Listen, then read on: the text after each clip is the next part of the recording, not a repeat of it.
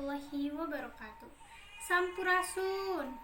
Langkung tipayun orang panjatkeun puji ka Gusti Allah Subhanahu wa taala ku sabab karuniana. Salawat serta salam urang curahkeun ka Nabi Muhammad sallallahu alaihi wasallam. Hadirin dipika hormat, dina waktu ieu abdi bade ngadugikeun biantara ngeunaan pendidikan di Indonesia. Pendidikan di Indonesia teh parantos seueur kamajuanana upami dibandingkeun ku zaman kapungkur, nyaeta zaman penjajahan Belanda jeung penjajahan Jepang. Kamajuan nu kacideu pisan nyaeta ayeuna sagala kalangan tiasa sakola, henteu mandang ras atawa kakayaan. Pamarentah lewat Dinas Pendidikan ngayakeun program kanggo ningkatkeun kualitas pendidikan di Indonesia. Program kahiji nyaeta wajib belajar 12 tahun.